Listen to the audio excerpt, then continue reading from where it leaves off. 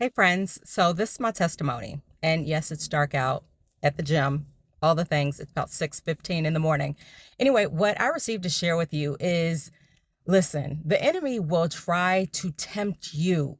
Tempt you, especially when you're on a journey towards building your relationship with the God, with not the God, with the God, with God and trying to work towards kingdom building, right? Now, true story for Lent, I decided to give up soda, which isn't really that much of a sacrifice, admittedly speaking. But I've also picked up other things. You know, you're supposed to put down something in order to pick up something else to help kingdom build. Now, I won't go into all the details, but just know that I gave up soda. Well, the other day, I decided to stop at this fast food restaurant to get some French fries, right? To share with my youngest daughter.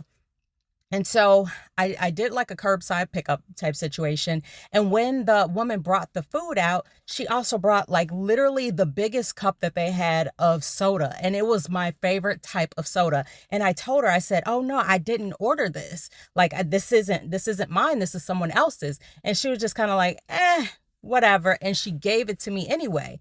And I looked at it and I was like, oh, I like to call them cold and crispies, right? I was like, oh man, that looks so refreshing. Mind you, I had just finished working on a community closet, so I was already hot and I was a little dehydrated. I could use a cold and crispy, right?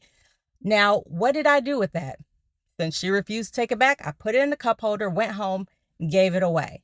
Now, I say all that to say this. Listen, the enemy knows your weaknesses and he will try to find that Achilles heel and press on it and press on it and press on it until you give in because you figure, oh, what's the big deal anyway? Well, the big deal is this. If you've made a covenant with God, your father, then you need to honor it. Just like I years ago, I made a covenant with God to get not eat meat and to not drink alcohol.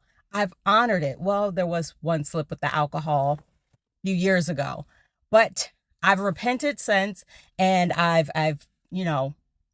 honored the covenant since then.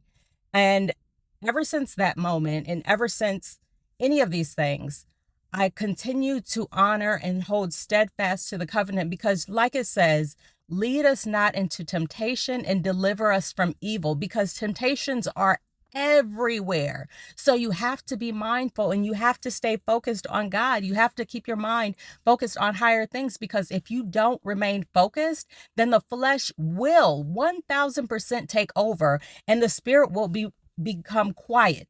It will go to sleep on you. So don't allow your spirit to go to sleep in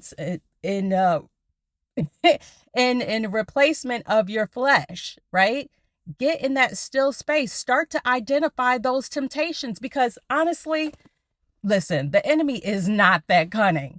He is not. We give him more credit than he deserves, right? The things are blatant. We just choose to ignore them. We choose to explain them away. We choose to, say that, oh, all these different types of excuses and things like that. But it's blatant. The onus does not fall on him, the enemy.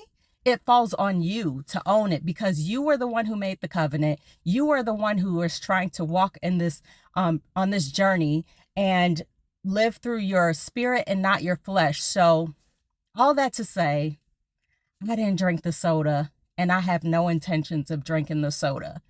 And this is bigger than just a soda pop.